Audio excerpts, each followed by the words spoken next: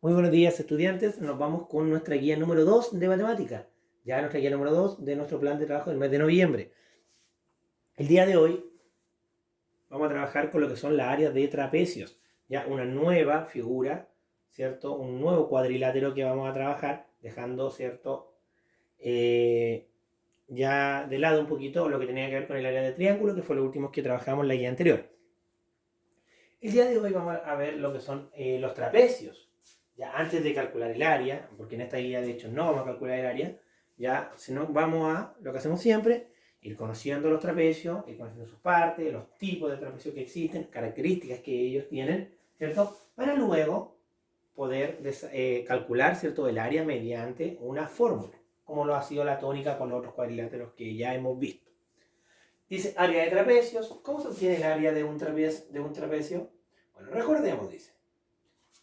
Un trapecio corresponde a una figura geométrica de 4 lados, como ustedes pueden ver, 4 lados, de los cuales solo 2 son paralelos. Una base mayor y otra menor. Tiene dos, ¿cierto? Una base mayor y una base menor. Tiene dos bases. ¿Ya? Y dice que 2 lados son paralelos, que en este caso son las bases. ¿Ya? Esto quiere decir, ¿qué quiere decir que son paralelos? Que nunca se chocan estas bases. Ya, si nosotros continuamos la línea de las bases, estas líneas nunca se van a chocar. En cambio, las líneas de los lados, ¿cierto? Los costados que tiene este trapecio, ¿cierto? Si yo sigo la línea de este costado y la otra línea, va a llegar el momento en que estas líneas se van a chocar. Por eso no son paralelos. ¿Correcto? Por eso sí las bases son paralelas, porque aunque yo siga la línea, nunca se van a chocar. Trapecios, clasificación de los trapecios. Hay 3 tipos de trapecios que lo van a explicar aquí en la guía. Uno de ellos es el trapecio rectángulo, que es el que ustedes están viendo en imagen, que dice que tiene un par de ángulos rectos. ¿Por qué un par? Porque tiene 2 ángulos rectos, como ustedes pueden ver, ¿cierto? Muy parecido al triángulo rectángulo, que tiene un ángulo recto, en este caso el trapecio rectángulo tiene 2 ángulos rectos.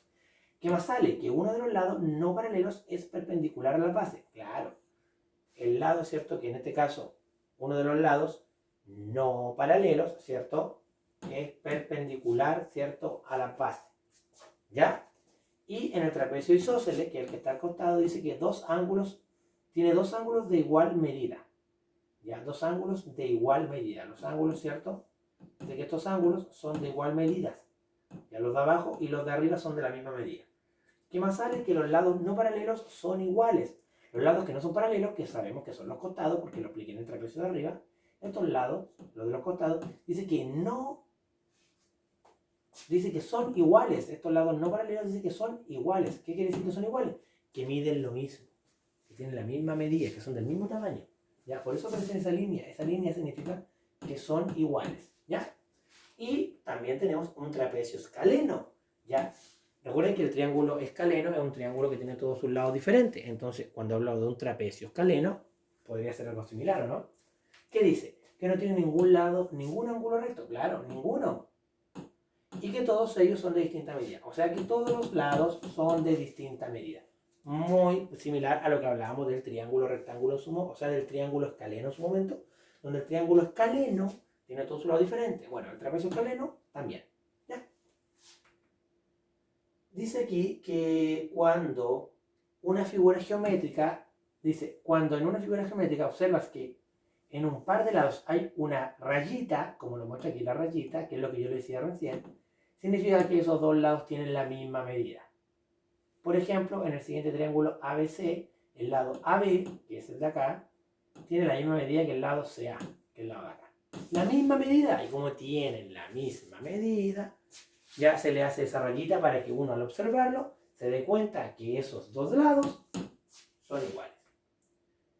Y bueno, la actividad del día de hoy, ¿qué tienen que hacer? Súper simple. Tienen que observar estos 3 trapecios y, según la medida de sus lados, clasificarlos. Ustedes tienen que ahí ir respondiendo qué tipo de trapecio es el A, es el B y es el C. ¿Ya? ¿Y en base a qué? En base a lo que me explica acá. Acá me aparecen 3 tipos de trapecio.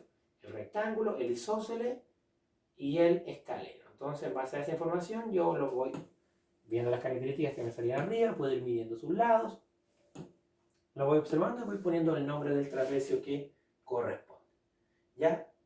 Es importante que esta guía la puedan leer, la puedan, como siempre les digo, cuando me entregan una guía con información, leerla varias veces, tratar de entenderla, si tienen dudas preguntarme, porque es muy importante, porque después de esta guía vamos ya a empezar a trabajar en lo que es el trapecio con su área y todo eso, ¿ya? Y siempre en las primeras guías me entregan la información y después ya tengo que irla aplicando. Entonces, si aquí me quedan dudas, si aquí no comprendo, si aquí no me informé, si aquí no leí, me va a costar después desarrollar las guías que vienen más adelante. ¿Ya? Eso, estudiantes, que estén muy bien y estoy atento a trabajar. Chao, chao.